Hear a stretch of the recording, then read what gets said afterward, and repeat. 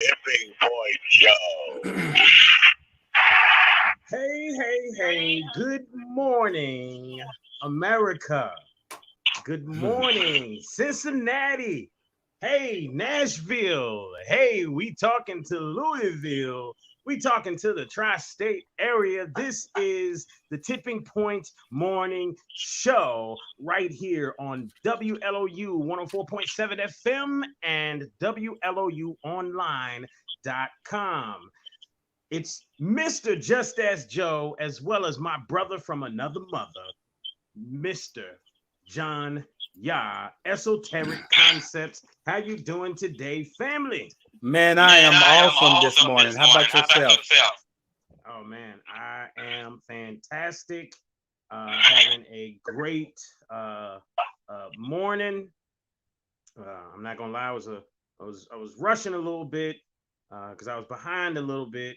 I was listening to some real good stuff this morning, and one of the things I was listening to reminded me of talking with you as we speak about the money precept, the subconscious money precept in the mind. I was listening to that, and just powerful stuff, man. I always listen to something motivating in the morning before we start our show, and ultimately I listen to this stuff every day as much as I possibly can. So that was my morning. How was your morning? How was your week? Man, the week was awesome. Of course, my morning always starts out with a round of Qigong. I just finished. That's why I'm kind of breathing, kind of got late into it. But yeah, my morning is always up with reading something or trying to start a positive thought. And then I kick into my day, and that's how my day ends up turning out the way I wake up. I got you, man. I got you. So I guess that's why we vibe so well, because we definitely make sure that we start our day with something positive going on. So that's what's up, man. We got a powerful show today for everyone. We have a special guest coming on later, Mozella Dixon, who is a tax professional, and she's going to be dropping some knowledge for the crowd today. This is pretty cool because I've been watching her. She's been featured on some other shows, and just really just dropping some jewels, dropping some knowledge. And I think even today she's got a little surprise that she has been working on for professionals for a while in the tax business, and she's gonna drop it today and let us know all about that little bit of surprise. Is gonna help some of you business owners out there. All right, so this is good stuff. Good stuff. Great Rising, Phyllis Myers. Shout out to you. Shout out to everybody that's out there watching right now. We appreciate you, folks. If you have any questions later today, as you hear our tax professional come on, then remember 502-776-1350. Doesn't matter where in the world you're calling from. If you're calling from out the country, just remember it's 1-502-776-1350. All right. So give us a call if you got any questions or anything like that, or you want to comment on the show this morning as well. Grand Rising, brother Frank Stoner as well, Mr. Health Daddy. Wow. And we can just kind of jump into it, man, because we got a hot topic, and we're gonna carry this topic throughout the show. Even as we bring Miss Mozella on, we definitely want to get into what she does and everything as well. We're gonna get some tax questions out there, but we're gonna kind of allude to this topic often throughout the show. But what the title of the show is what's our title today, John? Well, one of the things that popped up is a couple of titles that we're working with. Mm-hmm. One of the things that popped up was about whether or not is it cool for women to be called strong Black women. That's the first thing, and I've been hearing it all week. I've been hearing it for some time, actually, of the cry that some women do not want to be considered strong. It seems like a new trend that's heading up. That now, these women have fought for this strong Black woman title, and now all of a sudden they don't want to be called strong Black women because what's the idea behind that? Well, it's for many reasons, and I think for the most part is that if the woman believes that she is strong, it may send a signal for the male or the opposite to not come to her aid. I mean, think about it. Do you come to an aid of something that is strong? Mentally, no, you wouldn't. You wouldn't think that that person needs help, if that makes sense, right? So you may leave that person in that condition, thinking that, oh, they cool, they good, they handle it, they got it, you know. And so it may make us more insensitive to their needs. And so I get that point right there. Of course, you know, the other subject is here that binds in with it is, are Black women are becoming more entrepreneurs? And is it a conspiracy, or is it a revolution, or a revolution, or I would like to call it also a solution to some problem?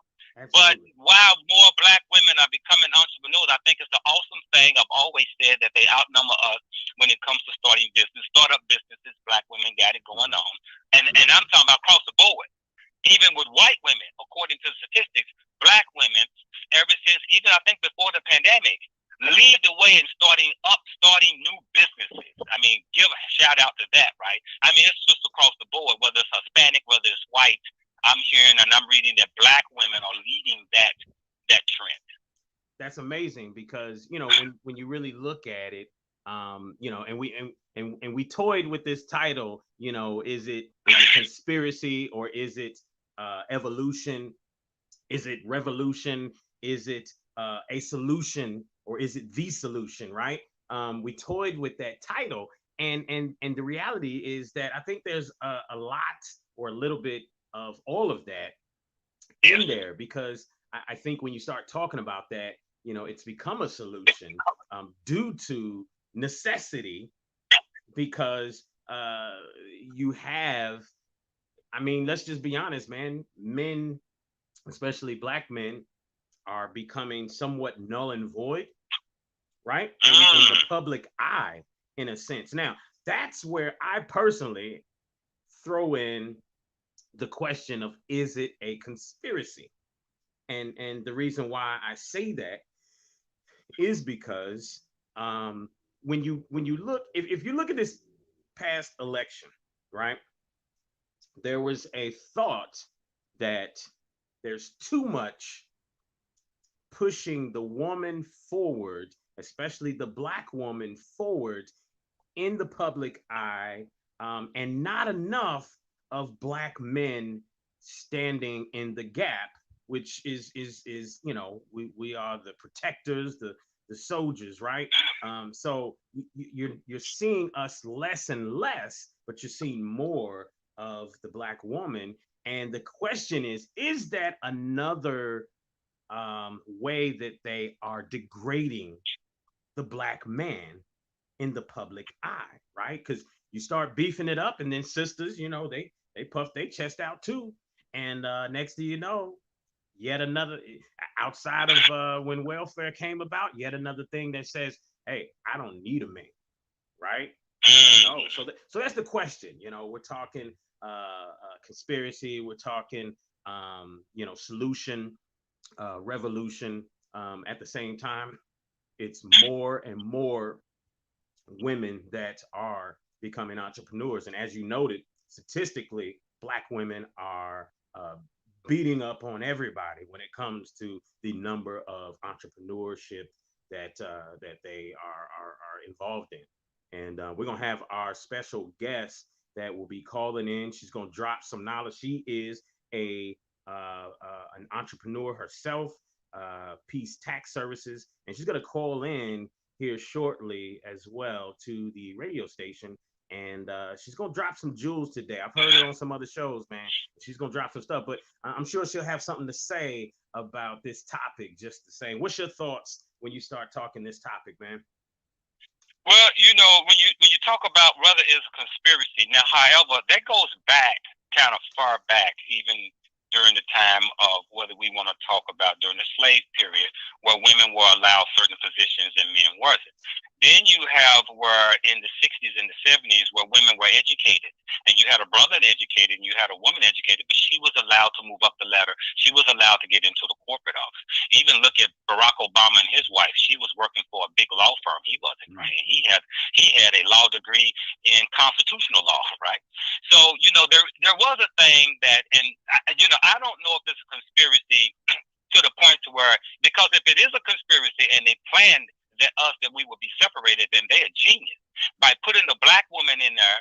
And if the black woman begin to see herself above the black man, saying, well, you don't match me economically, so therefore what good are you? And she chooses the white man. If the white man actually did that to play that role, he's a genius because it worked. In other words, did black women started looking down on black men who weren't making the same amount of money? Yes or no? Right? So those things was considered a conspiracy. Why the black woman in the office, but the black man's left in the street? Same as welfare. When you look at welfare, you look at women that are on welfare. Why is it that it comes with, hey, you can't have a man living with you? But if you really look at the fine print, you can't have no adult living with you, a man or woman. Because and why should they? I know some brothers. I don't know them very well, but I know some brothers that are on welfare. Well, yes, but here's the thing. When we use that terminology and say, well, the welfare system is telling the woman you don't need a man, I kind of disagree with that. Maybe the woman's telling herself that. Because let me give you an example. If I'm a father and I done raised my daughter and I'm paying my daughter's rent, do you think I want another Negro up in her house living up in there free? No, I'm like the government. He got to go. So I feel that notion. Make him get out and get him a job. Make it happen, right? But if it's the mentality of the woman, if she believes that she's better, or if she believes that now I got this government assistance, therefore I don't need a man. I'm not sure, did they set that up that way, or did she gravitate towards that understanding that way and start looking at the men that way? Because we can juggle that around, but did he actually plan it that way? I mean, is he that intelligent? I don't think so. I do not think that the power to be is that intelligent to push that narrative out there, and we grab it so simple. I just think that's what happened culturally. That's just what was picked up. Yeah. I think you may have had in the 30s, it was okay to just slap a woman around, right? And as time went on, women just got tired of it, and they gravitated away. You know what? I got this welfare over here. I got this government assistance over here. You know what? You ain't supposed to be in here anyway. Just you know what? I don't need you. I think maybe that's a little bit of what it is, and we might get some comments from our guest just the same as we bring her on. I can't wait. But we had a question out there. What is welfare? And I'm just talking about government assistance when I say it. And with that in mind, we've got. That's what it is. Yep. And I like this comment right here. Ashley Cakes Stevens. She says, black women have been called the angry black woman for so long. And with that, you've seen our black men want to go elsewhere. Black women needed to rise, because just like in the Bible and chess, no woman is complete with man. And maybe she, I don't know if she's saying with or without man, but no woman is complete with man, and no man is complete without a woman. Yeah, I think she's saying without a man. And it has to go hand in hand, even if it's a friendship. I'm not against different race relationships. Black women had to become strong, but we have to know the reason why, so it's not misused. Interesting. Yeah. And here's something else here as we get ready to bring our guest on. We got Kimberly Purdue Sims. Shout out to you, sis. Very interesting conversation. Black women have always been entrepreneurs. Back when we did hair in the kitchen, baked pies, sold clothes, etc. But I am enjoying your conversation. We appreciate that, sis, just the same. And Grand Rising, Layla, the educator Hampton. Now, what's interesting about our show, and I'm gonna just say this, is we get much more support from the ladies than we do from the women than we do men. It's generally when I put the Cash App out there and just say, hey, can y'all drop $ the tipping point show? Can y'all just drop something? We gotta pay for this spot here. If you like the show, it could be 50 cents. Send us $1. Like, man, the women do not play, and they don't even be sending just like $1.50. Man, they send some dollars on dollars, and I'm just like, man, brothers, we have a nice amount that are here, but we get a plethora of support from the women, man, and it's awesome. It's awesome. I believe we do have our guest on the show, and she is here with us on the radio station. Is Miss Mozella Dixon there? Welcome to the Tipping Point Morning Show. Morning. How you doing there, sis? How you doing there, sis? Good morning. Good morning. Can you all hear me? Okay. Yes, we can. Yes, we can. Yes, we can. Okay. Thank you. Thank you. Okay. We're gonna add you online as yeah, well. So I was just. There you go. Okay. Good morning, everybody. Everybody that's watching. I want to thank you guys for this platform and being able to come on and join you guys this morning, especially with the topic. I think it's so prevalent that people understand the topic. And so I was just listening backstage, and well, let me say, it's not easy sometimes as an African American woman, as an entrepreneur, right? Because we have to balance. You have to balance home. You have to balance the business. You have to balance in so many areas, right? And sometimes it could be difficult. I would say challenging. I'm not going to say difficult, but it's challenging, But when you understand your purpose and you know that destiny is before you, you do everything that you possibly can to be successful. Because at the end of the day, you realize that what you're doing is not just for you; it's for your children, it's for your children's children, and so on and so forth. Absolutely, and a mother's gonna have that instinct, and she's gonna do what's necessary, and if that means opening up a business and making billions of dollars, then she's gonna do that. Absolutely, in order to support the family, That's children, right. And be that backbone that she needs to be. Now, sis came in and just rocked us real quick, firehouse, and let's go ahead and let you introduce yourself. Tell everybody the name of your business and what you do, and maybe we can get into even more of the services that you offer as well. But go right ahead. The stage is yours, sis. So, again, my name is Mozella Dixon, and I am from Tampa, Florida, the Bay Area, right?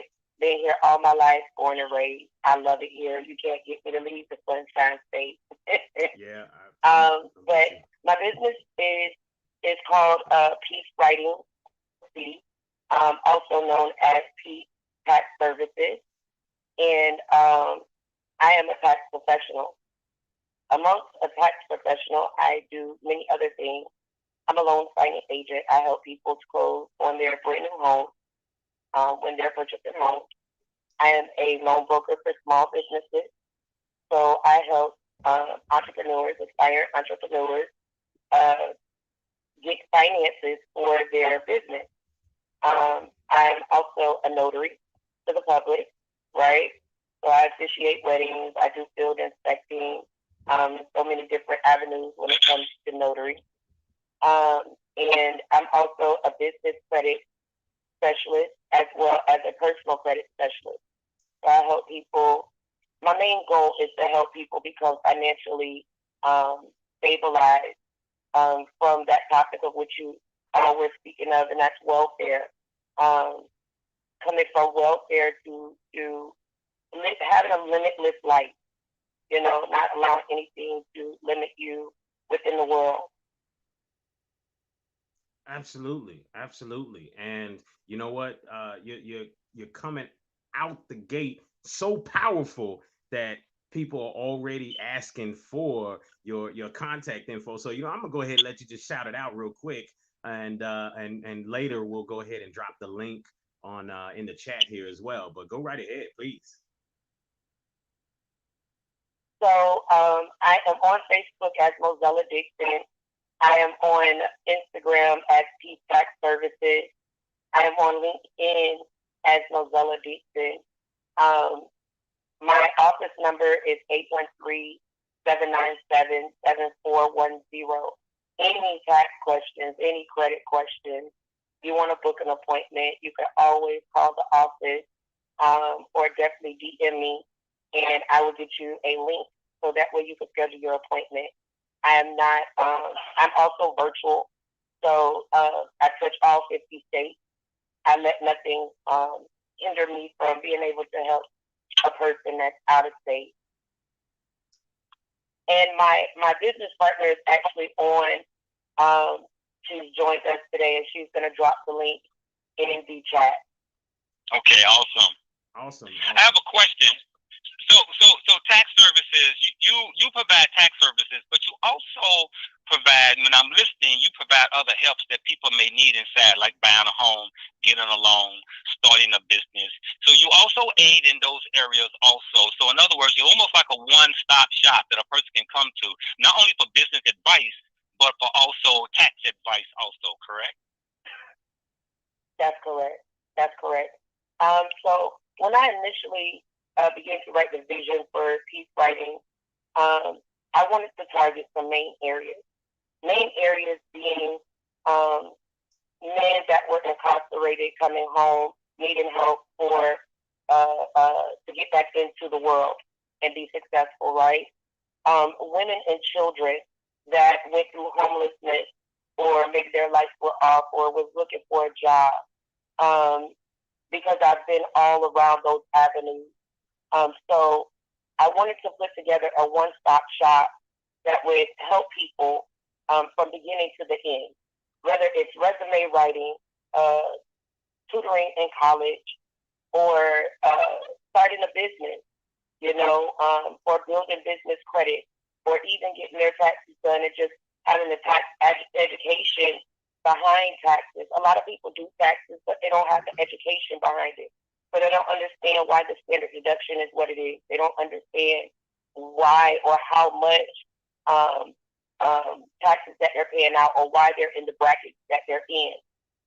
So just providing that knowledge to people, it gives them a better game plan. When you have a better game plan, you can grab the plan, you can run with it.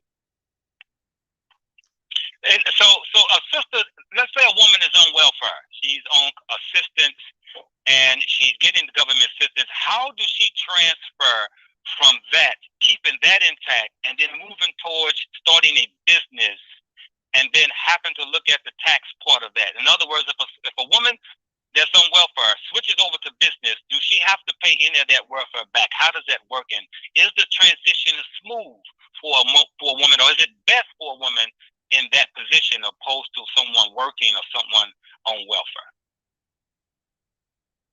So when you're transitioning from welfare and you're moving into a business, I tell everybody, be honest. The best thing you can do is be honest. Don't try to cut corners, because there's actually more out here that's for you than against you, okay? And you never know how your caseworker will work with you and provide the avenue for you to be successful, right?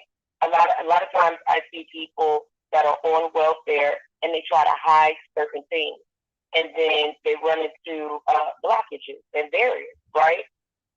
Instead of just being honest and saying, "Hey, this is my game plan," because let's just be real. Welfare is for you. It's for a point in time. It's for a season. It's not for you to be on for 20 plus years. Okay. Now it's the same thing with public housing or Section 8. It is for you to be able to elevate, right? God never intended for us to be He never intended for us to just continue to be a tenant. He intended for us to purchase land, be land owners. Now, I do get it that everybody does not have that mindset, and it does take time to train your mind in that area, okay? But once you train your mind and you know what goal you have, accomplish it. Don't procrastinate. Do what you must do to get to that level. Is it going to be challenging? Yes. But with integrity and excellency, you'll get through anything. Man. Awesome. And I love what you said. It's supposed to be a stepping stone, just as you know, all of the housing, all of this. It's supposed to be a stepping stone. So, you know, I'm in agreement that people are not allowed to be on it forever. But, you know, that's a whole nother political conversation. With that in mind, when it comes to the help that you provide, you know, how long have you been doing, you know, what it is, all that you do? Because you're hitting some, like you said, some main points of really success survival, you know, out here in business and in growing up in the world, or adulting, if you will. How long have you been doing it? So I initially started in 2013, and I started out with helping families with Social Security disability paperwork, just filling it out for them. Some of them could not read, some of them could not write. So just starting out by helping people apply for Social Security disability. And then from there, I went into resume writing, helping people find jobs, right? Leaving from that cash assistant, which would have been maybe about $364 a month in the state of Florida, so now you're making $9-10 an hour, but you may have needed to revamp your resume to land a job at that time that was $9 or $10 an hour, right? A lot of people don't know that corporations, they use certain systems when going through resumes that pick up certain words. So after going through so many resume classes myself, you know, I just became a pro at resume writing. And from there, I wanted to know what else I could do to help the community. And so I've been doing it since 2013, but 2019 is when I solely went in business for myself, and that's corporate world. Is during this time right now a good time for people to start new businesses? Is this a perfect time for it during this pandemic? And how was it last year during when the pandemic opened up? How was your business? And was there new people coming in with ideas for starting a new business, new product, and is it still good at this point now? So I would definitely recommend somebody to start a new business. This is definitely the time to start a new business. But what I will say is, make sure you do your research about the business you want to start. A lot of times, I see people start new businesses, but they haven't done no research. They haven't did a demographic research. You know, they have not researched how much money they can make in that field for whatever product that they're providing or service that they're giving. So statistic-wise, they say 1 to 3 years, a small business will close. 1 to 3 years. That's a small gap. But if you prepare yourself before time, right, by doing your research, understanding your season, because running a business is definitely something that you do with seasonal wise. Each season, each 3 months or every 90 days, there's a new season. And you have to understand your seasons within that business. Every business is different. So I would definitely say research beforehand, right? And then once you get started, don't stop. You're gonna have some days where you may not have a client. You're gonna have some days where you may have 50 clients. But on that day where you don't have a client, you press even further to do something within your business to get those 50 clients. That's number one. Number two, in this time of the pandemic, this is a time where you have more people at home than you do in corporate world, right? find what's best within you as a talent, what you can do effortlessly in your sleep, and turn it into a full functioning business. And this is what I tell a lot of people. You have a lot of people that have, oh my God, so many beautiful different talents, but they'll just do it. Some people do it just for free, just as a hobby, you know. But what if you could turn that hobby into a full functioning business, and now you're making six figures out of just something that you were doing effortlessly? Is this the time to do it? Yes.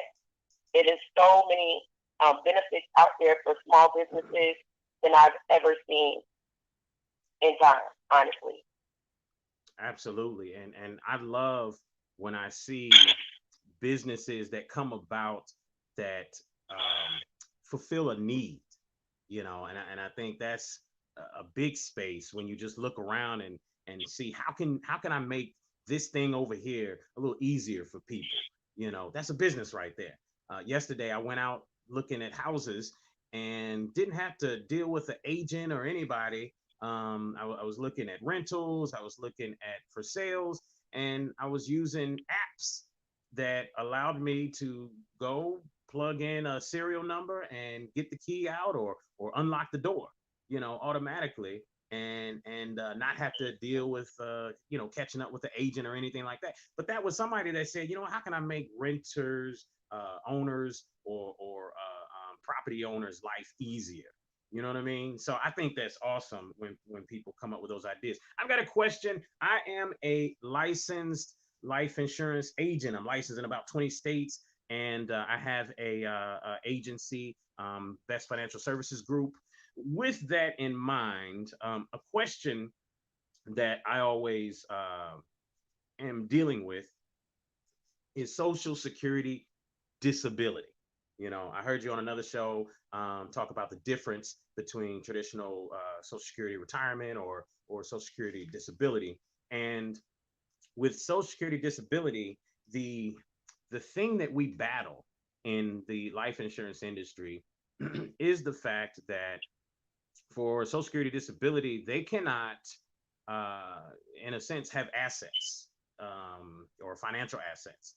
And whole life insurance, especially as you get older, and if you're older and you have a very low income, meaning you probably just live off of your Social Security disability, then the whole life, because it yields a it's a permanent policy, and it yields a percentage in a cash value account, it is considered an asset, you know, which I think is totally wrong, because they make it to where the person cannot, they're not supposed to own it, right? So in the life insurance industry, the way around that is you know, a family member getting involved, and that family member owning the policy on that particular person or primary insured. But I have heard other agents tell them, or you know, a client, just don't report it. You know, you don't have to tell them when you go to do your certifications or recertification. I don't know how Social Security disability works, but you don't have to claim that whole life policy. The only people that know is you and the carrier.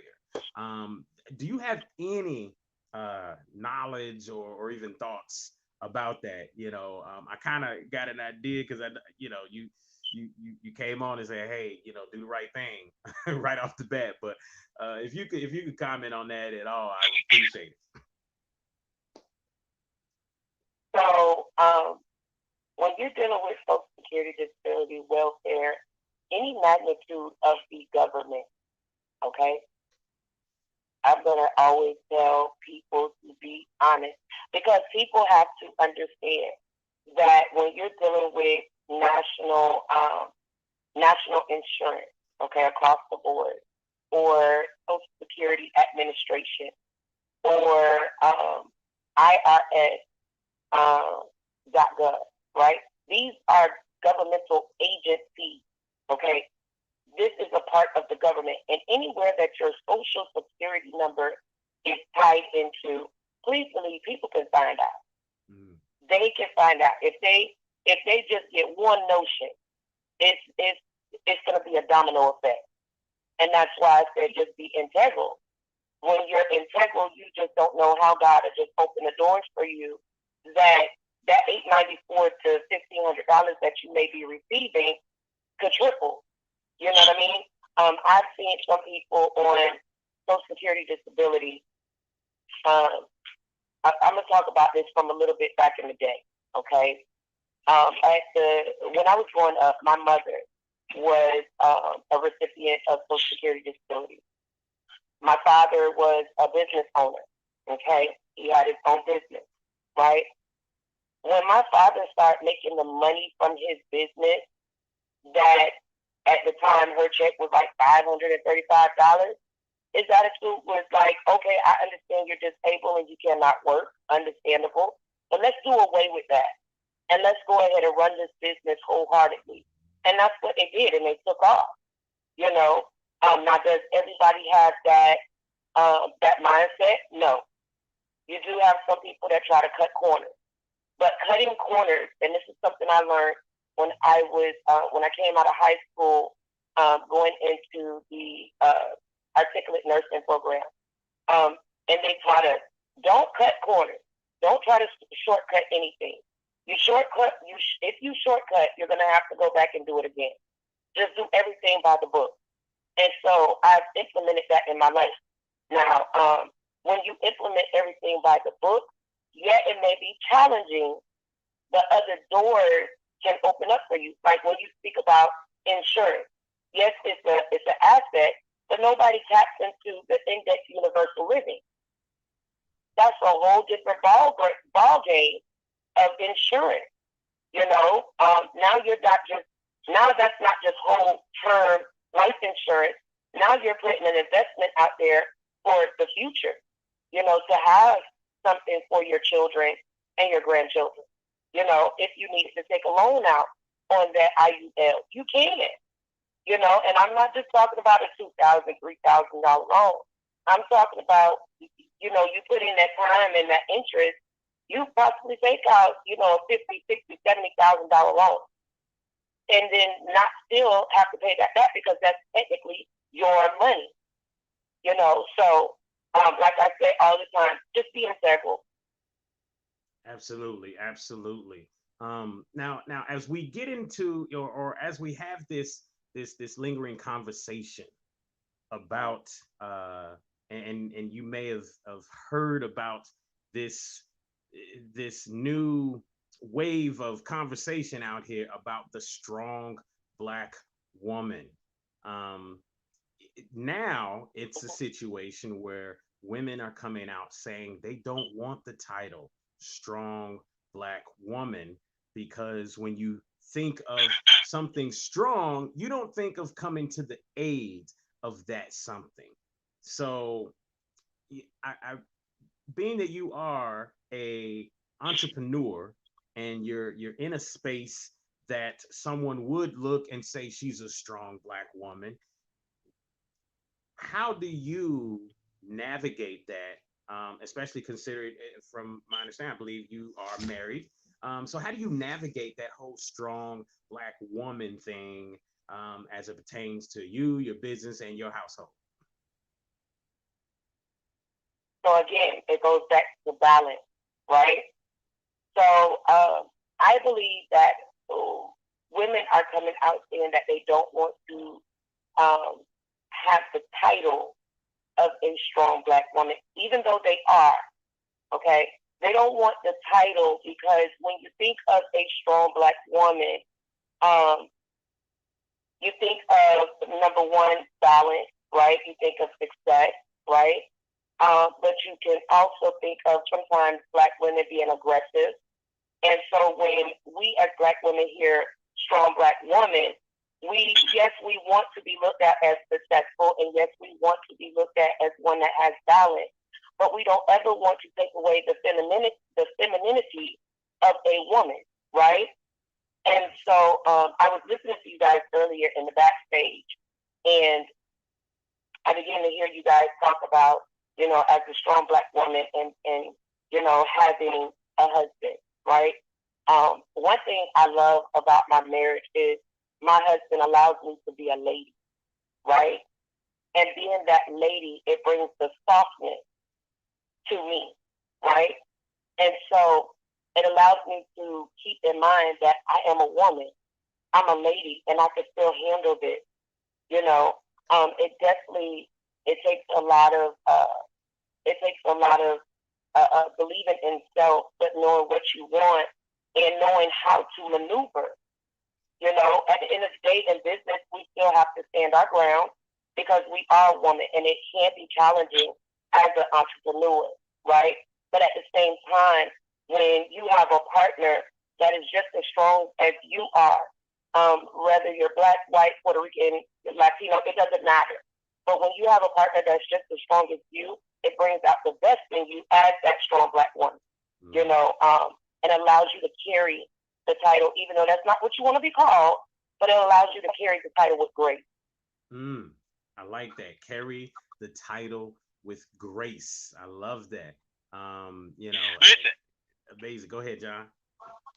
I want to go back for a second on the tax. I have two questions for you. One is about this $600 what the Democrats are trying to pass, where they're looking into people's account. If you're moving $600 more in your account, they want your account audited by the IRS. What do you think of that? That right there alone, and how does that fit in what you're teaching the people about how to move money now that they are trying to push where the IRS will start auditing people's account that is $600 or more? Are you talking about the Cash App accounts or just No, traditional bank your account. Okay. No, your bank account. Yeah. Gotcha. Oh, okay. Initial bank account. So honestly, if you're moving more than $600, it should be reported.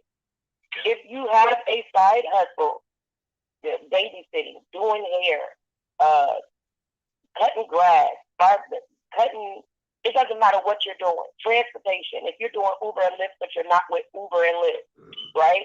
But whatever you're doing that's over that $600, report it. Now, do I think it's right? Technically, no, I don't.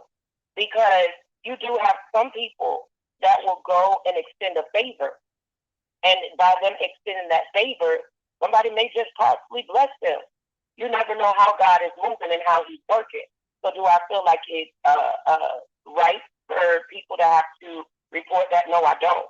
But being that they are pushing for it and you don't want yourself in trouble, report it. It's so many different job titling out there that you could do: homemaker, candle making, home decor, hair, babysitting, transportation, and the list goes on. Data entry, you got people transcribing at home, and they don't report that on their tax. That's the easy $600. You have people that officiate weddings just because they are a notary. They get paid for it, but they may not report that on their taxes. But if this is the biggest tax year in a long time, okay? And there's many tax breaks that are taking place right now, and deductions and credit. And so if you're making that money, if you get with a professional tax preparer that can help you to get those tax breaks or those deductions listed and receipt for credit, then get with someone that knows what that's updated on the tax law. Now, my next question, as you are a professional agent for filing taxes, here's a question. As whether I'm a business owner or not, whether I made money standing on the corner and I've made so much money standing on the corner selling items and products, is there any obligation for me to report my taxes to anyone? If so, where's that written at? Meaning that, would somebody come knocking on my door if I made $10,000 on the street? Would somebody ever come knocking on my door if I've never give up the right to sign over what I've earned? In other words, until I sign that paper, then I'm obligated to report everything I made. But if I never signed that paper, meaning I know people who are in the streets making money and they never paying taxes, they're never signing anything or going to a tax person. But they never had no one knock on their door and says, hey, brother, you've been making this much money. You need to start reporting it. Is there anywhere you can show there's an obligation? Because I can't show where paying taxes is voluntary. So we all know that once you sign your bank account document, you have tied yourself into a contract, right? And we all know that the banks are technically owned by the Federal Reserve, right? So, and they're tied to the government, okay? And I'm going to say again, is it right to put the stipulation on the people that they're putting on the people to file more than that 600? No. But because the government is the government and they technically own the Federal Reserve, then yeah, you want to go ahead and do so. Now, have I ever seen someone actually, the government actually knocking on the door and telling somebody, oh, you're going to jail for that? No, I haven't. Have I read that it's in law just as of yet? No, I haven't. It is voluntary. But as we know, lawmakers right now are also trying to pass certain laws that it is mandatory. So, you know, it's all on the preference of what you want to do. I tell people to be integral, but that doesn't necessarily mean that everybody's going to listen. Right. So, exactly. And I'm glad you said that. So, in other words, integrity is based on an individual, not based on they should follow what the government says. Integrity is based on what the individual decides to do. The government is not God. God is over here. The government is over there. If I don't report everything over here, it doesn't mean that I'm disobeying God. It's my integrity. So I get that. I'm glad you answered that. Thank you. Hey, you're very welcome. You're very welcome. One thing that lets me know, you know, I believe in putting things out to the universe, and I have already let God know that I prefer cash. In a lot of ways, more so than other. So if I get blessed like that, then you know, God knows cash. Right. So go ahead. I really do believe that more people are going to tap into the cash space and you know, kind of like fluctuate back to cash versus credit. Being that they are trying to put certain things in place. Because you do have some people, you know, just going back to the welfare issue, right? You do have some people that are on welfare and they're paying attention to what lawmakers are doing. They may not understand to the full capacity, but they're paying attention. And so they are knowing, they're saying to themselves, okay, let me go ahead and just revert back to what I was doing instead of putting everything in my bank account or my Cash App, my PayPal, my, you know, so on and so forth. Again, do I feel like people should do that? No, because you can turn around and flip that money and make it into a business, and it's a better outcome for you and your family, especially if you get with somebody that can lead you in finance or credit, you know, or teach somebody you the like fundamentals, you know. Right. You know, and YouTube has been a good friend to find out valuable information. Absolutely. And so, yeah, you know, I do believe that some people are going to revert back. Absolutely. While you are here, Miss Mozella, give me 1 second, and I want to make sure I give a big shout out to a couple of businesses, sponsors of ours. First and foremost, IncredibleCustom.com. That's INKREDIBLE custom.com. You can text the word ink, INK, to 678-506-7453. And again, that is IncredibleCustom.com. That is your brother Kari Muhammad. And it is a fantastic business where they do all type of advertisements and things of that nature. They do all type of flyers. I've seen them make wrapping paper with people's logo on it. You know, anything that you want. Designing logos. Matter of fact, he's designing the logo for 2 other business ventures of mine right now. He might not even know it, but he's we paid for it and all that good stuff, and he's already sending us proof. So again, that's text the word Inc. to 678-506-7543. Just the same, healthdaddywow.net. That is healthdaddywow.net. Folks, you can still get 10% off if you go to the website and type in the word tipping, Tipping. That is healthdaddywow.net. 10% off with the code tipping. If you decide to go into the store, guess what? Just walk in there and say, hey, tipping point. And they're going to go ahead and give you 10% off all day long. Also, folks, remember, godslivesmatter.com. Every life has infinite value. That's godslivesmatter.com. You can check out the apparel link and go ahead and guess what? You get a free band, a free God's Lives Matter band on your wrist if you go ahead and hit them up. That's godslivesmatter.com. And folks, remember, Saya Baba, right? SayaBaba.com. That's SYABABA.com, folks. I got to hit my shoulders when I say that one. That's SYABABA.com. SayaBaba.com, folks. Over 400 locations in a store near you, Cincinnati, anywhere in Nashville, Tennessee. You got Louisville and surrounding areas, folks. That's SYABABA.com. That is owned by yours truly, the best incense in the world, Mr. John Yah Esoteric Concepts. All right. He is the plug for smell goods in your home. All right. Back to the show.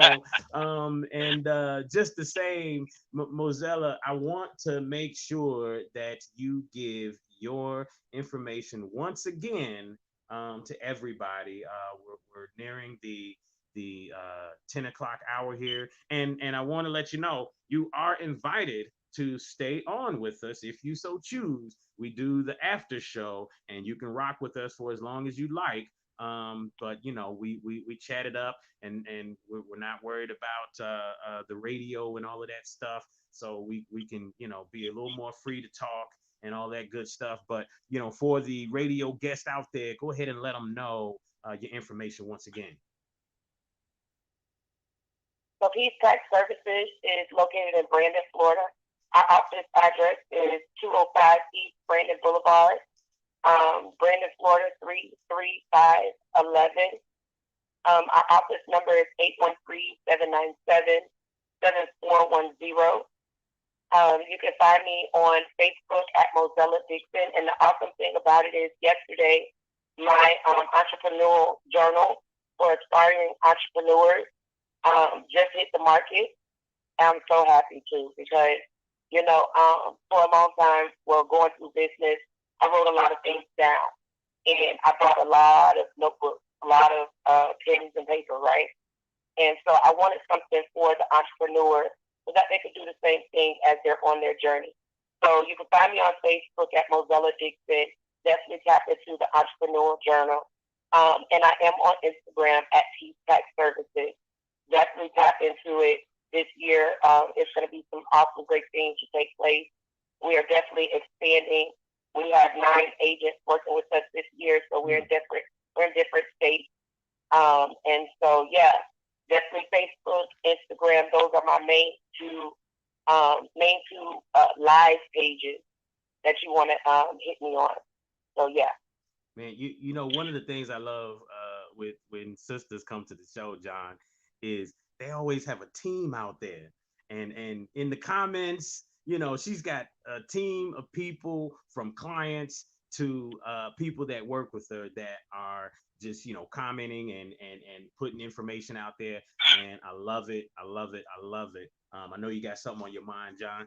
Well, you know, that's the balance of a woman. She's balanced herself, right? And what's very interesting, you know, when we talk about this strong black woman thing, which is going to be it's a great topic. because I consider you a strong sister. Now, whether you want to call yourself black or not, that's another thing. But I consider you strong. I consider you able to handle your business. You able to handle it, and I'm sure your husband appreciates the strength in you because I'm sure the type of sister you are, he doesn't want a weak sister. I mean, because what the opposite of strong is weak, and I don't know a person wants a weak person. But listen though, just because a woman is strong doesn't mean she doesn't have needs. We got to understand that some of those cries are like women that just want to have a place to rest their head and not having to do it all.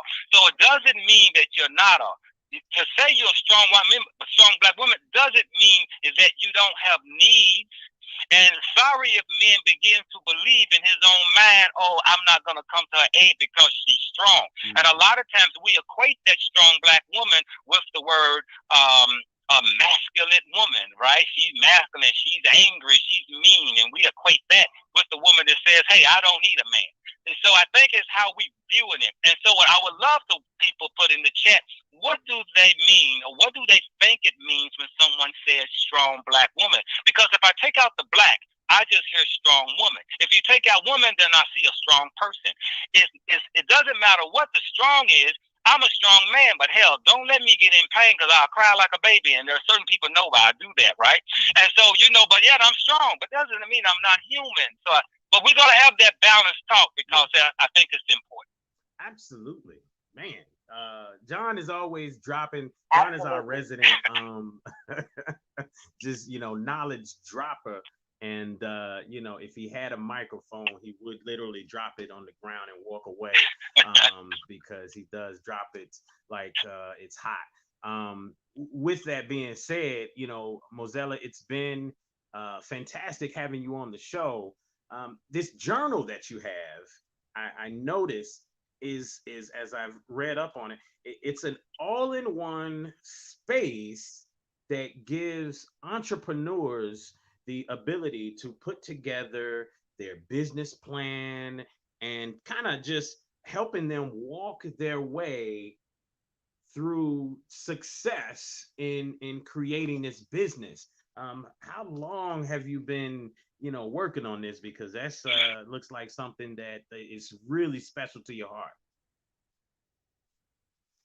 It is. Because I tell everyone that is going into business or looking to go into business, to write the vision, make it plain, write it down, because when you write, your writing is so powerful. It's just like when we speak words carry vibration, right? Our words are powerful. Our writing is even more powerful, and a lot of times as an entrepreneur, I can remember days that I did not have a client, and I was like, oh, what's going on? What am I doing? And or I would walk into a new season and something would take place, and I'm like, wow, where did this come from? And I would go back to my journals where I wrote things down, and look at it. I'm like, oh my God, I wrote about this. This is something I've actually manifested from me writing, and so I believe that is very important. And that's why I tell people all the time, get you a journal, get you a notebook, a pen, and how long have I been working on this? I've been working on the journal for the last 6 months. And I do have some books that I'm actually working on as well. I do have already ebooks in reference to business credit, in which I'm actually getting ready to do a business credit boot camp, February 10th, 11th, and 12th. So definitely tap in on that. But I also have some poetry books that are getting ready to hit the scene this year. So I look forward to it dropping and everybody understanding, how this strong black woman got started. Absolutely. Awesome stuff, folks. Well, remember, we are ending the radio portion of the show. Anyone who wants to join us, you can check us out on the Tipping Point Morning Show on YouTube. You can also jump on Facebook and the Tipping Point Radio Show there, and you can join in on the online conversation. Until next time, until next week, We will see you right here, same place, same time, WLOU 104.7 FM, 1350 AM, and WLOUonline.com. It is the Tipping Point Morning Show signing out. Peace. Peace and be well. 70 years of serving the African. Give us a second, folks, as we transition into the next part of the show. All right.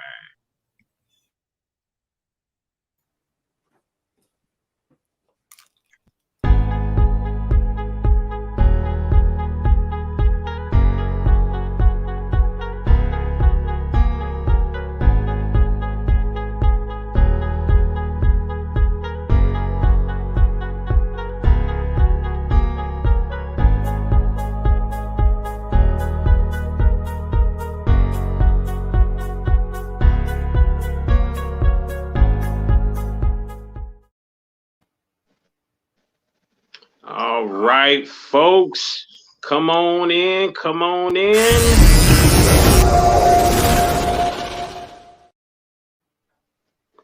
All right, we are jumping into the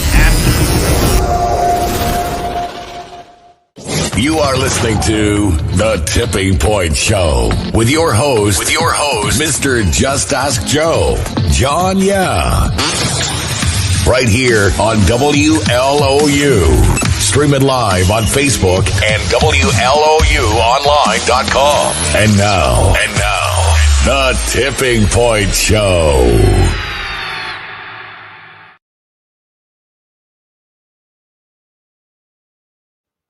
All right.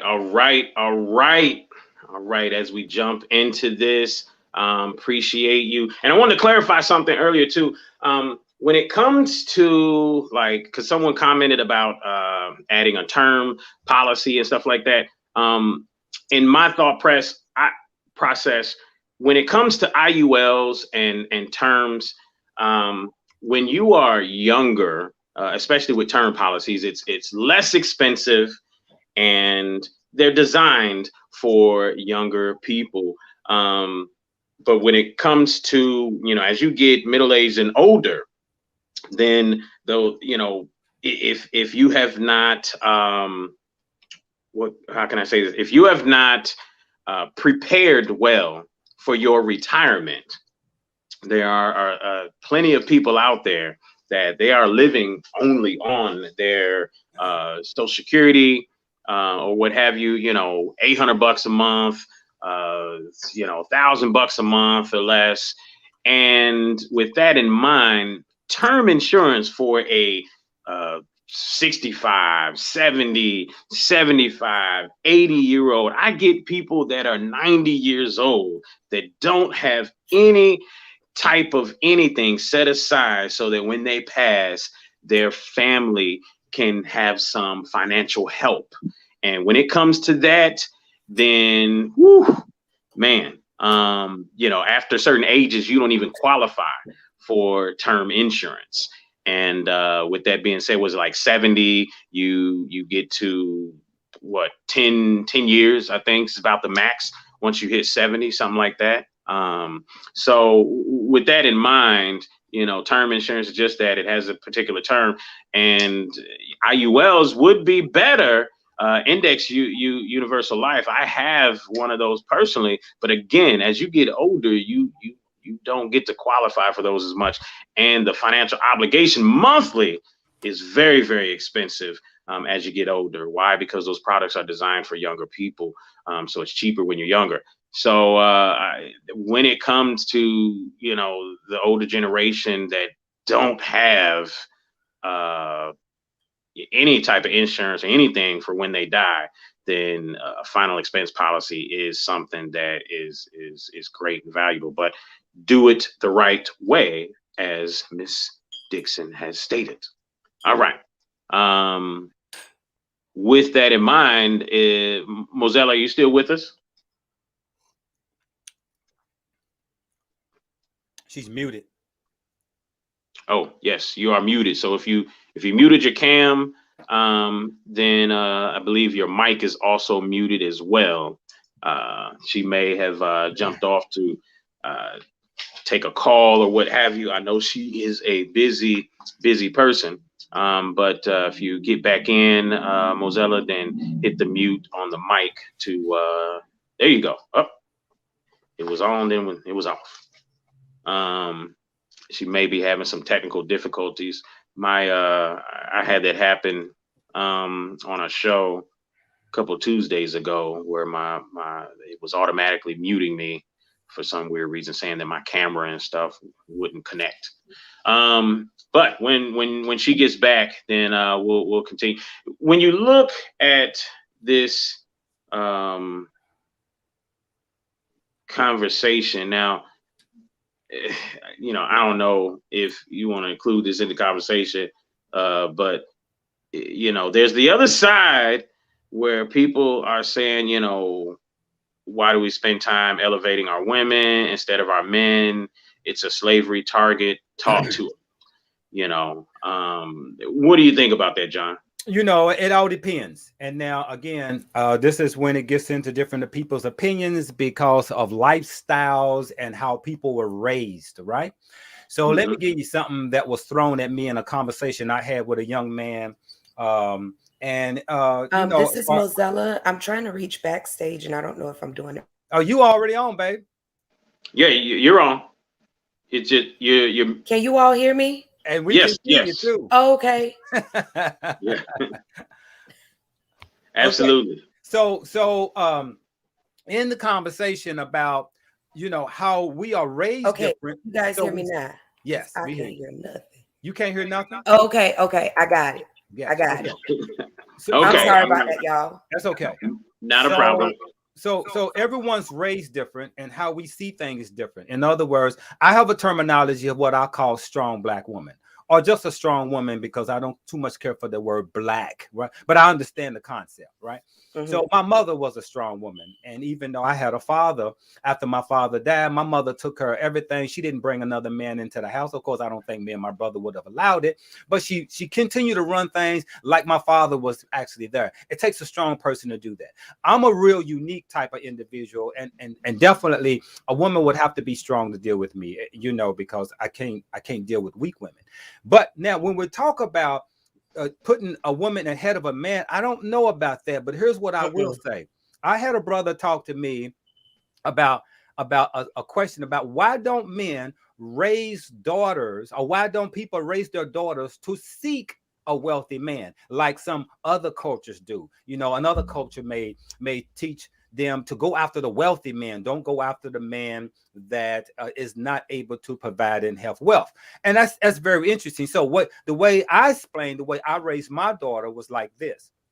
I raised my daughter to be independent and entrepreneur. She owns her own business, which is also great because she was raised in a business owned, right? And so why is that? I said because it's not guaranteed that she's going to find someone to take care of her. And it's not guaranteed that if he do find her, he's going to stay with her. So everyone has a genius level of talent to offer to humanity. Are you saying that the women don't have a genius level of talent that she can offer to humanity to get paid for it? It is like we want to stifle the women and make her kitchen bound, or we are afraid that if the woman is able to make her money and make her own living, she can get out and go as she wish she should. I know if I was a woman, I would want my own business or my own thing. I wouldn't mind a connection with my mate, yes, but nevertheless, I was not going to raise my daughter to depend on a man, whether he's wealthy or not. Now, so that was the question my man is asking. Why wouldn't I? Well, maybe if I had a son, he would be that way too. But I'm not going to negate my daughter for the fact that she needs to have someone to be taken care of. I just don't believe in that. In this society, doesn't entail that anyway. This is not the society when I came up in the 60s or in the 50s, right? Where women were mostly home taking care of the children. And it could take one income of a man to be able to handle all of that. A lot of men, I grew up that way. I grew up seeing my mother being at home while my father did all the work, worked 2 jobs and made it happen, right?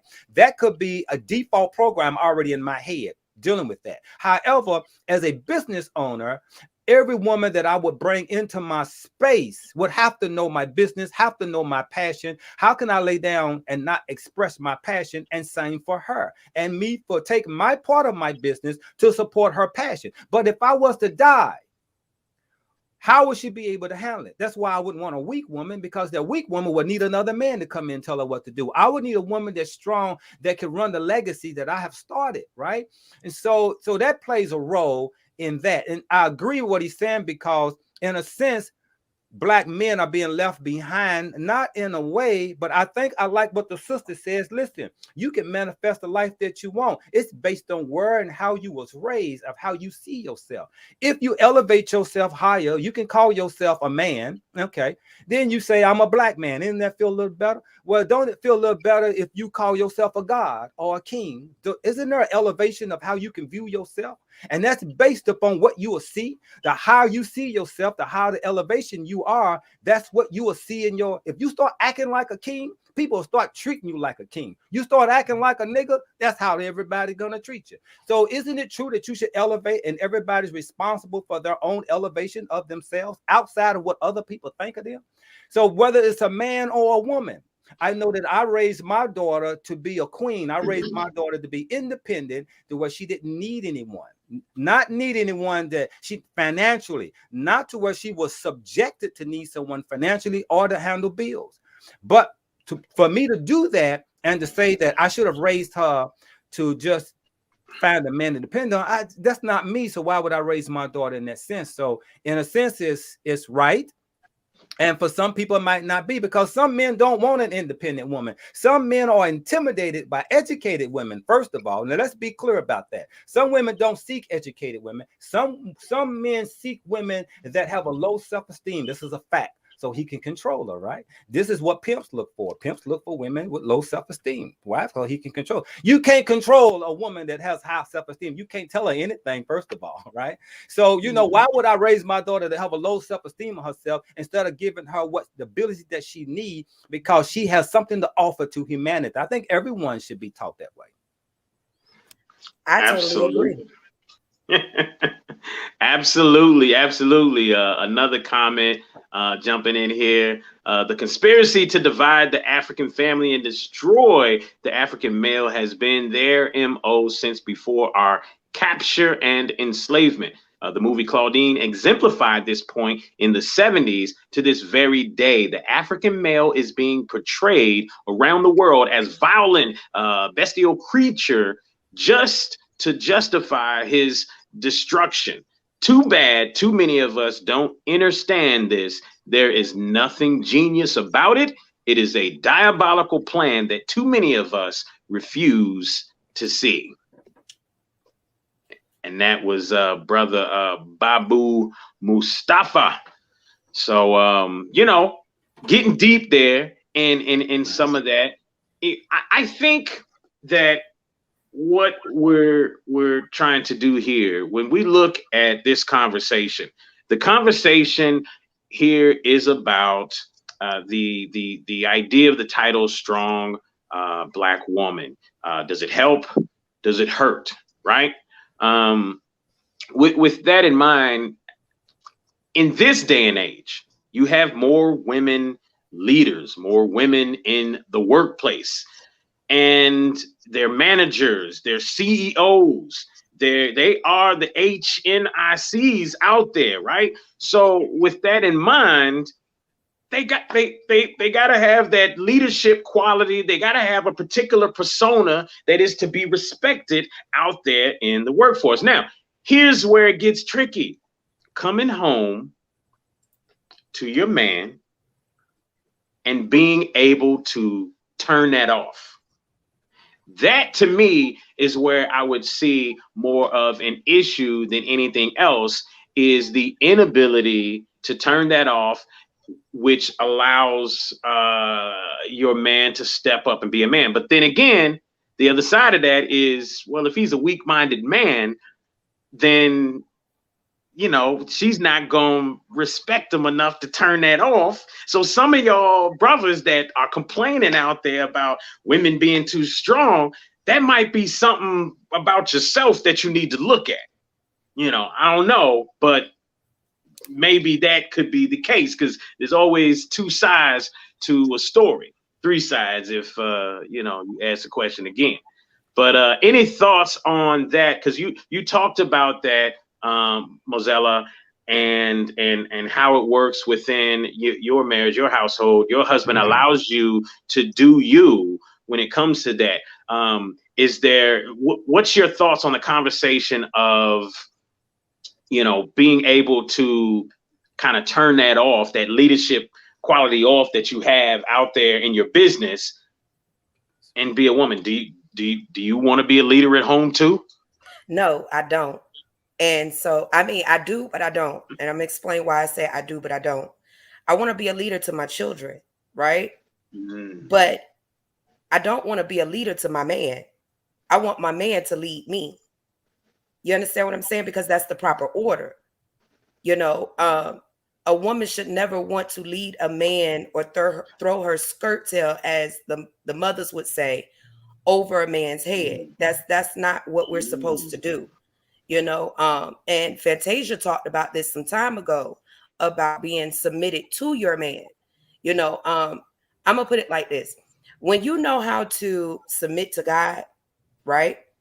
When you know how to be connected to God in that retrospective, then when your man comes along, or husband, boyfriend, however you decide to, entitle it, then you know how to respect and reverence him, and at the same time walk in your role, your entitlement. It goes back to that balance. People have to know their place. They have to know their lane and stay in their lane. Absolutely.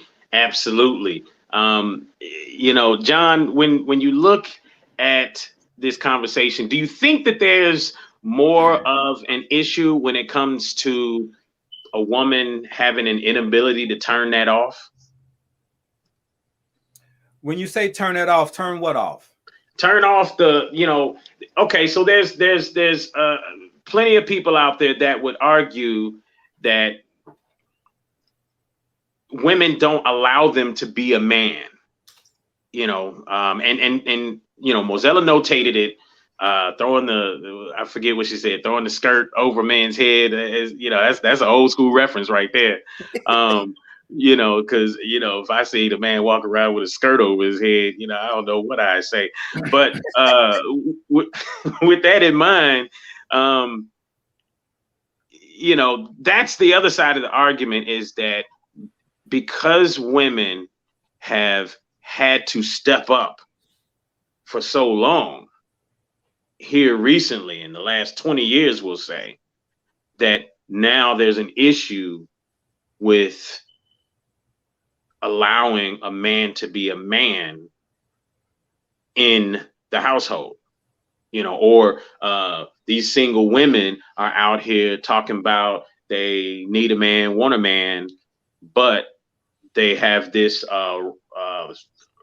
rough exterior that they have grown because of having to be the single parent, governing as father and mother in a sense for so long, that they have this rough exterior that they may not know how to turn that off when it comes to being in the space with a man. And this is going to be based upon individuals, and where'd you get the concept from? Did you get the concept from a television, from a soap opera? Did you get the concept from your parents, watching your parents and how they function? Where'd you get the concept from? And here's the thing about this word submission. I'll hear a lot of people say they want a woman to submit. I want to submit to this type of man. Well, let me tell you something. There's only two types of things submit, and that's animals, dogs, and slaves. You don't submit to no one. No one. What you are is you want to be in alignment with your man. You want to be in alignment because feminine and energy are separate, but they're both equal in strength. So I'll give you an example. I'll come in from a long day. I worked hard and I've been out dealing with all types of energy people, right? As a business person, I'm out dealing with other people and I have to deal with different personalities. I may come home with an attitude, but if I come home with an attitude and my energy's up here, if her energy, I'll come home too, is coming up to my masculine energy, guess what that's going to make me? It's going to strike my ego and make me go higher. But if she brings me feminine energy, guess what she does? She brings me down. This is how energy, feminine energy and masculine energy work. It works together like yin and yang. It doesn't work against each other. We don't look at feminine energy as being weak. We can't, right? Because it is what will lower a man to his, it will make a man lower his gaze to his woman if she comes with that feminine energy with him, right? If you look at the lion and the lioness, after he done fought 50 lions to get to that one lioness, right? How she cuddles under him because he's pissed. He's mad as hell when he comes home. But she comes and rubs up under him. It relaxes him and bring him down. This is what we need to understand about masculine and feminine energy. Yeah, she should know how to turn that shit off because, listen, we both got masculine and feminine energy in them. Men got some feminine energy in them. We do. We have more. Some have more than others. And women, with that estrogen. And women have also masculine energy that should be lower than the feminine energy. You see, some women are kind of hard. You know, they really are hard, that masculine thing. But it's only a facade. It's not really real, right? Because she really wants to be feminine in her nature.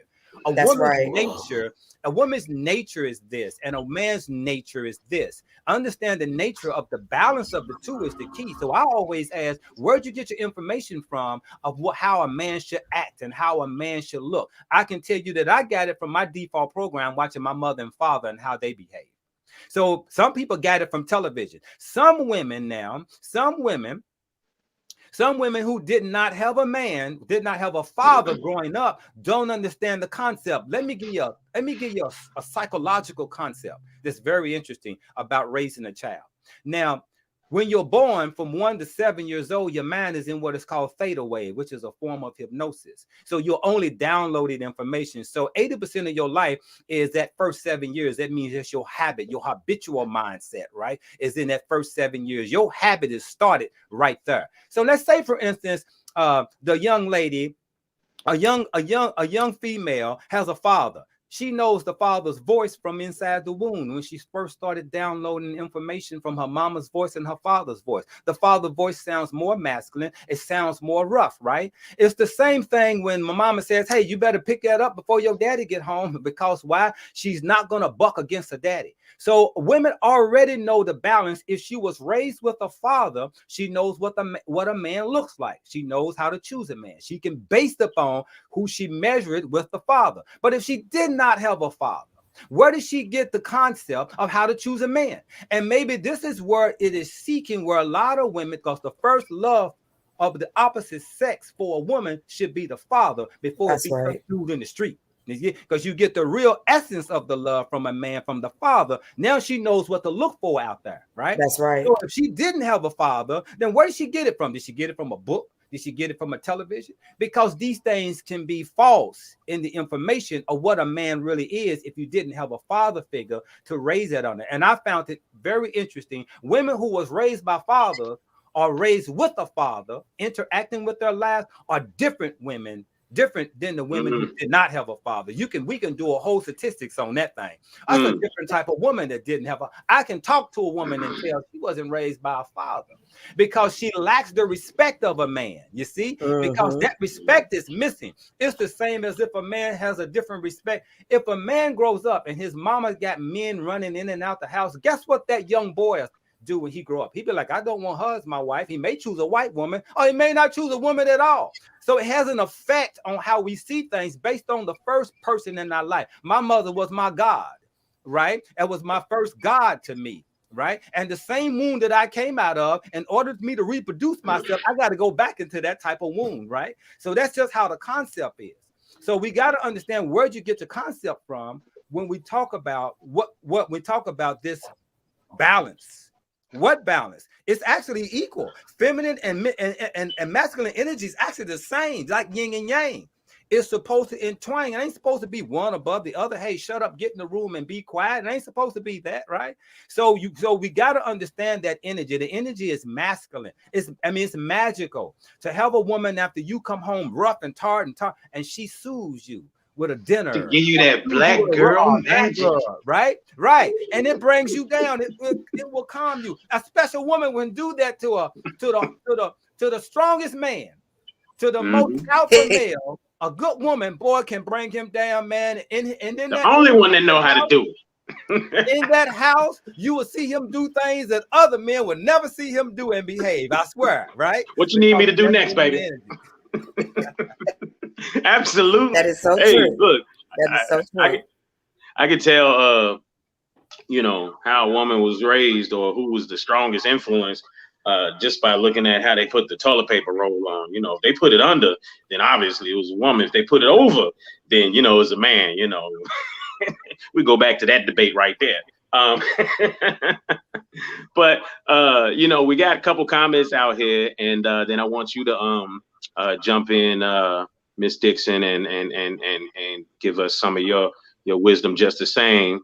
And Miss Wakefield, you know, she was sitting there almost complaining earlier, talking about we can't have this conversation if we're not talking about the biological makeup, the man and the woman, and the energy difference in this. And then John went right into it. So as usual, which is cool. I love it. But your boy here, Mr. Babu Mustafa, he says this society and culture has messed us up. In the beginnings of our culture, the man and the woman walked side by side and ran things together. No man should submit to a woman, and no woman should submit to a man. And he says, yes, alignment. Alignment. Yeah. Absolutely. I'm glad he didn't put like YESSSSSS. When brothers do that, you know, I know that they put the toilet paper roll under. I know it. But now Brother Frank Stoner says, who gets the final say? So I'm assuming he's saying if you're walking side by side, if you're both equal, then who gets the final say? Mozella, you want to take that one? It's a mutual agreement. You come together and you agree together. You know, I really believe teamwork makes the dream work. So when you come together, I mean, the Bible says to sit down and to count up the costs, right? So if you sit down with each other and really have a conversation and get that understanding of, from a woman's perspective, get the understanding of the mind of the man, and then allowing your man to get the understanding and concept of your mind, then you could come together in a whole and make the agreement. So it's not just this one person is making the agreement, and it's not the other person is just making making the decision.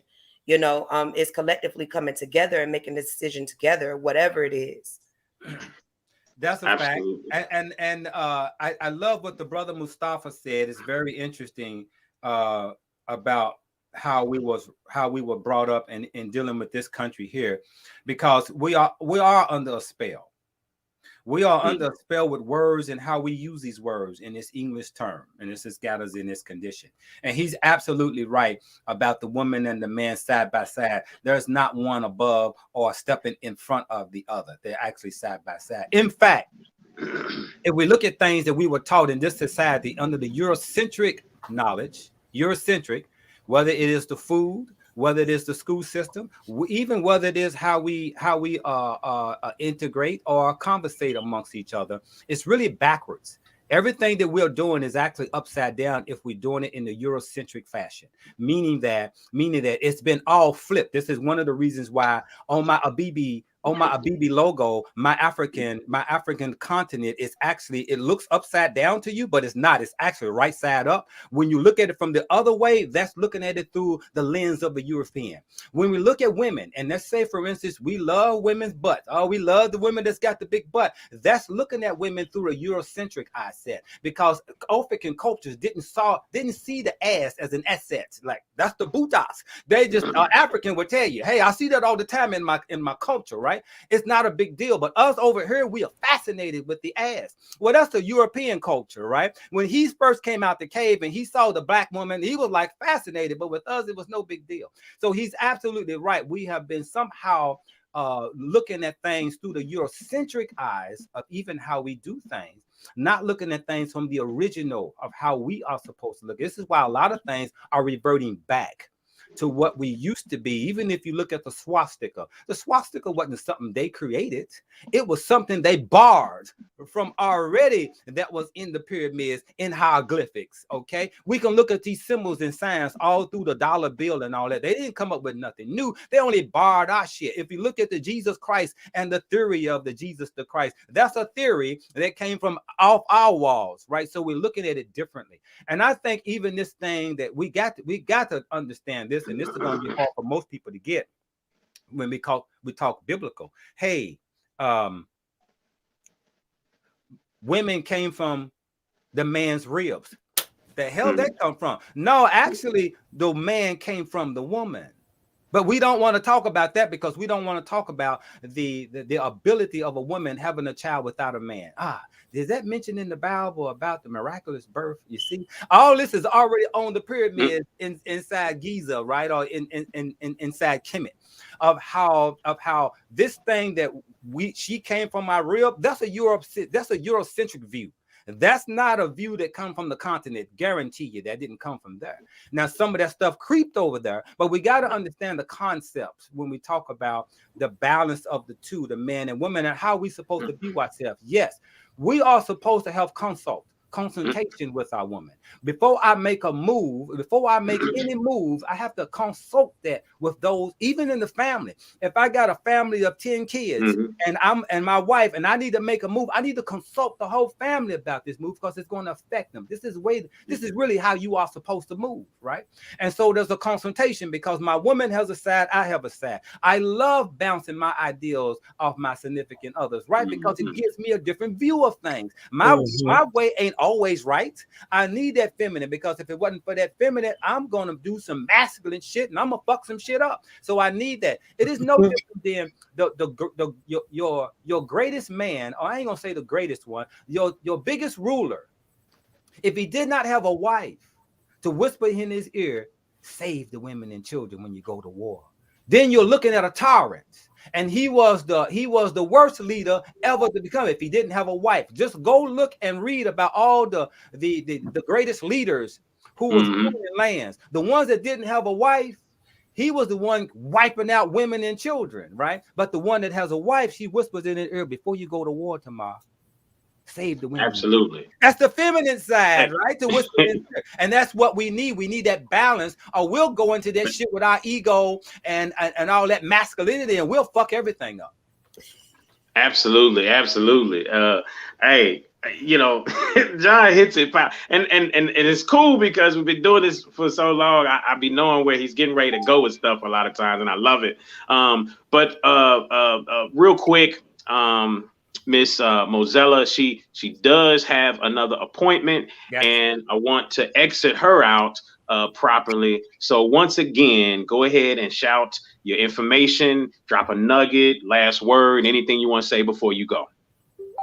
So the first thing I'm going to say is this is the time to come together as Black men and Black women.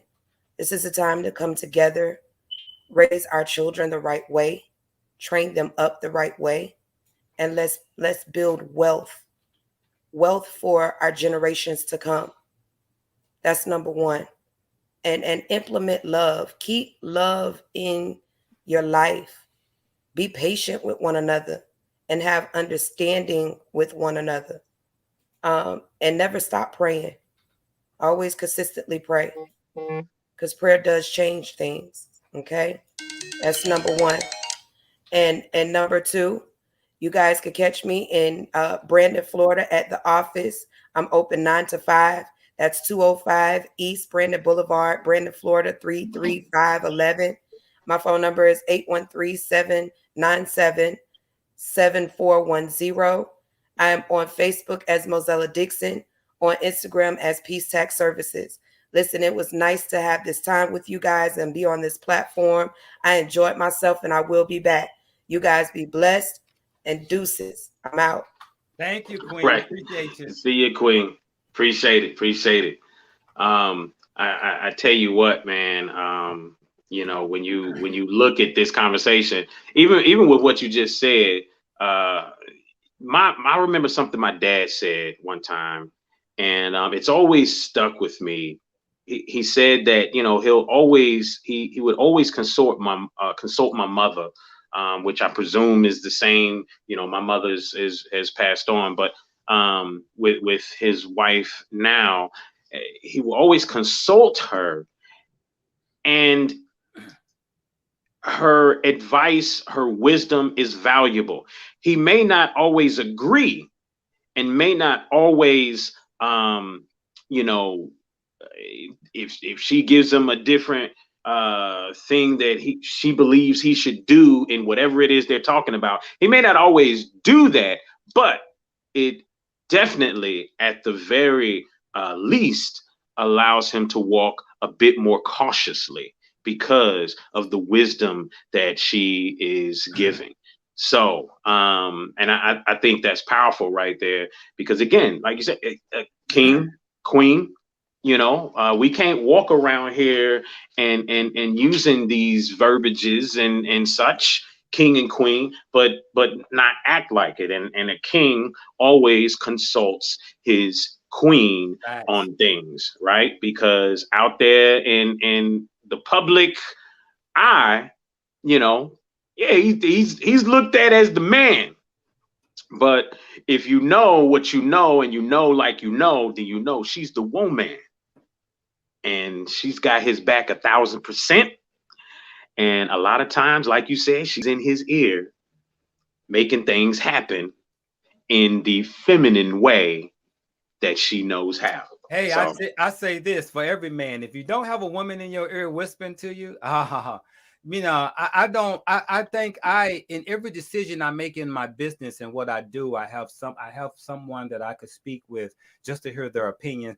Even when I come up with names of my fragrances and come up with new names, I have someone I can talk to from a feminine side that I can trust and I believe hearing me, and I can trust listening to them before I make these decisions. It's extremely important to have that balance. I'd have to say my business is that reason that I've had some female energy in my ear whispering stuff to me. Other than that, a lot of my fragrant names would be Black Peanuts and all kinds of crazy shit, right? So instead you had Patti LaBelle in your ear saying, yeah, exactly. Name it after me, John. Exactly. So, you know, it's a great balance. But listen to this though, real quick, as we close into this, as we going out into this word about this thing about the strong Black woman, I want to say that I understand the cry of a woman making that statement, and I understood it when someone brought it to my attention about the fact that if you think of something strong, you don't think of coming to its aid. I'm like, wow, that's pretty deep. And so, but as we look at this thing about strong, I said, well, my view of strong is different than other people's views of strong. And I think even myself, I think I'm strong, but I have weak sides. I'm human. I'm supposed to succumb to crying. You know, crying is a part of releasing toxins out your ear. What man doesn't cry? What man you should never tell your boy, don't you cry, boy, tough it up. No, because those are toxins. Those emotion needs to come out. And I think that's one of the problems when men grow up with that, can't show their emotions either, because they were told from their fathers, men don't cry. Men should cry, right? Because again, you don't want to hold that toxic. That's toxic. When you release those teardrops, that's releasing toxicity out of your body. You don't want to keep that in and dry it up. Then you become toxic and then very angry. Right. So emotions is a part of something you are supposed to have. It's a part of your whole makeup. If you want to say God made you that way, yes. And so there's a balance between the two. So I would rather cry to a woman before I cry to another man. So, hey, you know, that's me. But I think there's a great balance to understand the concept. Hey, man, I just, you know, y'all brothers out there, I just, can y'all give me an African name? Just somebody give me something at the end of my name. My name is Joseph Nathaniel Tapper. Your name by Joseph, you're Yusef. Your name is actually, the real name for Joseph is Yusef. Yusef. What is it? YUSEF. I'm about to change my name. And just like the word John, the original name for John is Yahya. So when I was coming up in the Muslim community at that time, I was known as Yahya. Yahya is also a Swahili name, so it's not just Arabic. Arabic derived out of part Swahili. So Yahya is also Swahili, and it means one who is gifted. So this is why you see John / Yah. Yah in some emphasis means God. Hey, that's right. In certain sayings, it means God. So it fit me well by just me putting it as John Yah. That's why I call it John Yah. Yeah, Miss Johnny Wakefield decides that Joseph Zulu Tapper is a good name. You know, I don't know what to do with that one. I think I'm gonna change it to Joseph Yusuf Tapper. That's what I'm gonna do. I think that sounds a little bit better, but I don't know. I mean, when I look at, you know, y'all names just fit you very well. You know, brothers over here, he's got that. Hey, he sound like a strong black brother. the brother Yusuf, the brother Mustafa. Yeah. Babu Mustafa Rasul Al Amin. That's strong right there. I need something like that. So I'm gonna go start looking at the different alphabets and stuff like that and figure something out. That's awesome. When he talked about he raised his daughter to be a strong African woman. Absolutely. I understand that. And here's the most important part about what he said, that they would attract strong African men. See, right. People, when they have this conversation about what's going on in their lives, and when they get on video and they talk about what's going on in their lives, and you know, we kind of there was a video yesterday that we all talked about, right, where a sister was kind of pouring her heart out, and you know, a lot of this has to be understood, that you attract who and or what you are. That's how it works. So if you're trying to figure out why you're getting a lot of weak-minded men or a lot of weak-minded women in your life, well, you need to look in the mirror and check yourself out, because again, you attract what you are.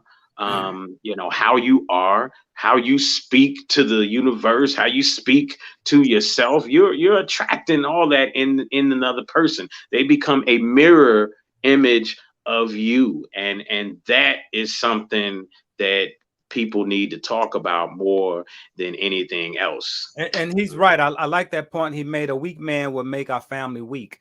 Perfectly right. You can have a strong man and he can get a weak woman, but he can make her strong. And that is great, because then that would build on the family. But a woman who is strong, choosing a weak man doesn't bring any value to the family. And everyone, like I believe this brother will believe also, is that if he raised his daughter, he will want his daughter to choose a strong man that will be in alignment with what legacy he, the father, is trying to put forth, because we're trying to put forth a legacy. We're trying to put forth an understanding, and we want to keep that intact. I'm just assuring that this brother, who have studied knowledge, I'm sure studied and been teaching that to his daughter, he wants that daughter to be able to carry on that legacy of that understanding. Because here's why: knowledge is being lost out here. Really, it is. Some of the greatest knowledge I heard, some of our teachers are dying, and people ain't picking up the books of our teachers. People ain't picking up Dr. Africa's book. The people are not picking up books on how to eat right, you know? And so it's becoming a dying thing. Nobody's reading anymore like they used to. Now everybody's on the phone or on the internet, right? Yeah. And so when you start, it's like my concern when I was raising my daughter, she's 28, going on 29 now, and I'm looking at her, how she's got her business started. She didn't start reading my books. She started reading my books when she got into her late 20s. And I mean, she just became interested in understanding certain things, the way I eat and stuff like that. So it was already grabbing. So now I surely don't want her to meet a man that takes all of that away, or don't have the same values, or not in alignment with those values, because we are trying to build wealth. We're trying to build generational wealth so that my grandchildren, my great-grandchildren, doesn't have to succumb to finding a job and going to work for someone else.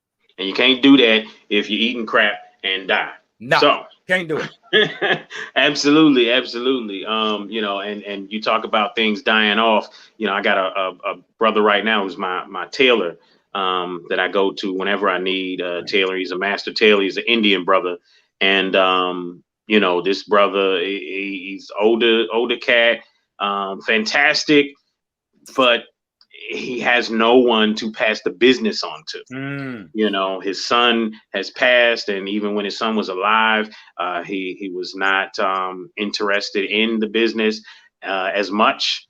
And then his grandson, who he's very close to, is, you know, definitely not interested in that art form, which is what it is.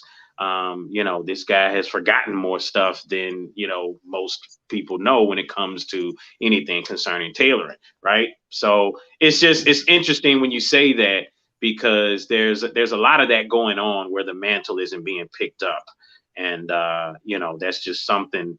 There's something to be said about that, and it's cultural in our society, and it's not just in this particular America, but I believe it is more so wherever there is a westernized influence, that there is that type of thing going on where people are not picking up the mantle, because westernized influence separates the family. You know, you don't have the elders in the house with the rest of the family passing down knowledge and things of that nature. You know, when you look at places like Cuba's considered to have the largest number of centenarians among any other organized country around the world. And there's three things they contributed to. One is they eat what they kill or grow that day. They walk everywhere. And three, family. Family is a big part of that. You know, the family's all together, you know, and all that good stuff. So, you know, there's something to be said about the mantle not being passed on. But with that in mind, I know we're gearing down, you know, and exiting the show here shortly. You know, any last words before we head out? Yeah, so you know, there's this thing about the strong black woman thing, you know, and I get the concept. So I kind of broke it down in three different ways of looking at it, and it's based upon the individual thought of what they think the strong black woman means. And this is for women and men. What do you think it means in your concept of your own thinking? So let me throw some thought-provoking words out here. Check this out, okay? Strong black woman, okay? Strong woman. Is it the same? Take out black. Strong person. Is that the same? Take out the sex of the person and just say person. What is the opposite of strong? Is it weak, or is there in between?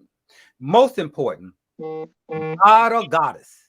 Is being a goddess higher than being a strong black woman? I'd say so. I say that the woman that who we call gods and goddesses are the women that are handling stuff. Is that too much pressure for you? I'm not sure, but that doesn't make you a non-human, because you're actually a spiritual being having a human experience, and having a human experience is absorbing all of this. So understand, even the strongest man gets weak. And sometimes need a place to lay his head and relax and he can't run all the time. So he's still strong. It don't mean he ain't strong now, but sometimes he do need to retreat, chill, lay back, and eat and relax, right? And need to be somewhere where you don't have to lay in her lap and have her rub, you know, his hair. Can you imagine now dealing with the sister that made the video? Now she looked kind of hard, in my opinion, and to the point to where that was my comment. Yeah, she looked kind of hard, you know. But the woman that's in that view, do she already have a man? The woman that says, I don't want to be strong, do she have a man? Chances are not, because if she says that outwardly, who's her man at home? Why ain't he taking your place? And so those kind of things are answered in that question on whether or not did she already have a man? Can she get a man? Are we talking about women who saying, I don't want to do it no more because they have been pushed themselves so far that maybe they are pushing other men away because other men be like, oh no, you too strong, you too masculine. I get that. Some men don't want a hard woman with tattoos all on her body. I'm sorry. Yeah, I know some of you tattoo lovers. Some men don't want women with tattoos all on their neck, all on side of their face, and all kind of rings. I'm just sorry. Some men don't. Yeah, Some men do. she had piercings all over her face. She had tattoos everywhere. You know, only thing that was missing was an ice cream tattoo on the side of her face.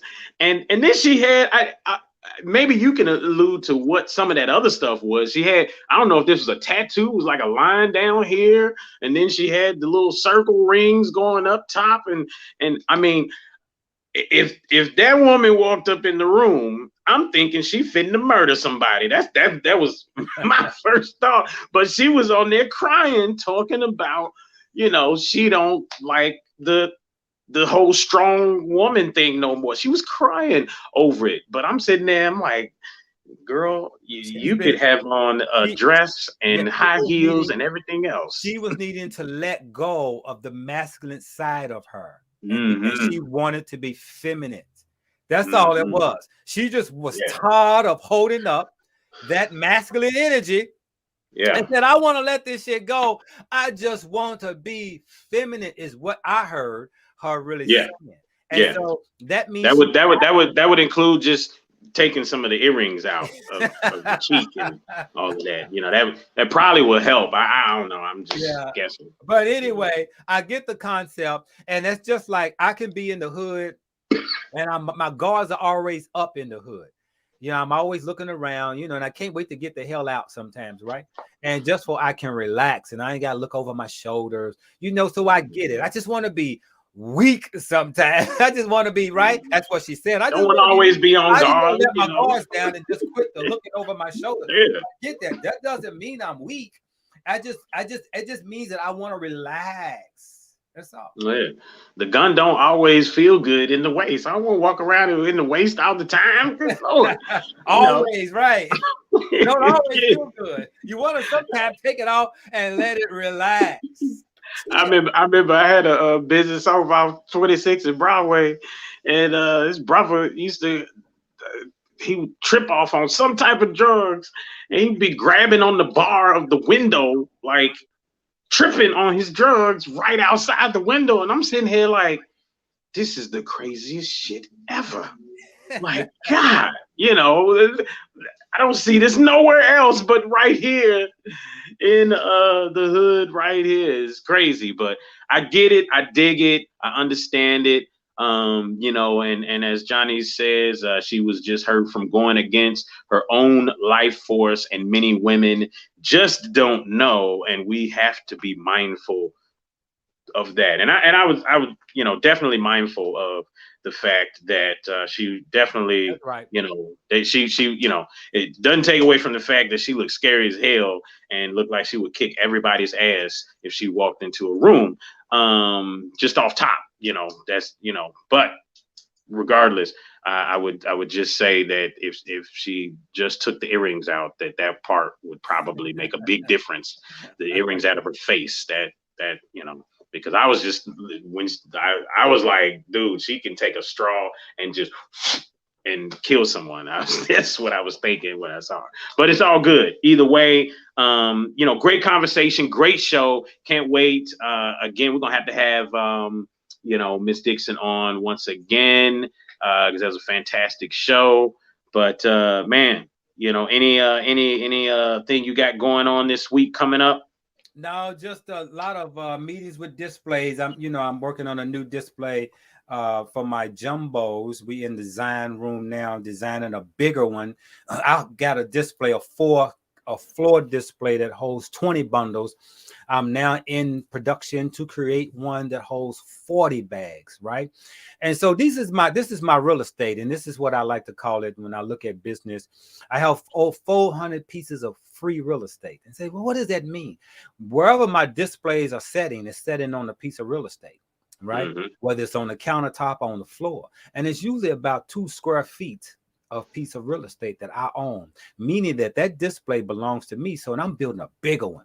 I'm now wanting a 4 feet. I'm building a bigger, instead of me building my business horizontally, I'm building my business vertically. And so it's very interesting. I'm excited about looking for this display to come out, hopefully coming out soon if I approve the design and everything. But other than that, getting ready to head on up here to Cincinnati and get some work done. I love business. I love interacting with those with me in business, those who are in my circle of business, because again, I have some great help. I have a great team that's working with me. And so, yeah, that's what's up. All right, man. Well, you know what? Nothing but blessings to you, brother. You know, Miss Marzella, when she messaged this morning, she said rich risings, which I thought was cool as well, you know, because we do the great risings or grand risings. She said rich risings. I was like, okay. Rising. Yeah. I love that. I love that. I might have to steal that and start doing that from here on out. But either or, man, until next week, man, I'm sure I'll be talking to you throughout the week. Appreciate you, brother. We'll see you next time. Let me plug this in real quick. Sure. Okay, so we talked about having a show on women and children, and are women using kids as pawns to go against or to get back at the fathers. So we may want to talk about that and the effects that has on the children. Absolutely. That's because that's the most important part. Most important. You know, those little side conversations you having about him, and because you feel like he ain't doing this, that, and the other, and how your children are hearing that, and how that affects them as they grow up, just the same. So yeah, man, can't wait. All right, brother. Appreciate you, man. Absolutely. Peace out. Peace. You are listening to The Tipping Point Show with your host, Mr. Just Ask Joe, John Yeah. Right here on WLOU. Stream it live on Facebook and WLOUonline.com. And now, The Tipping Point Show.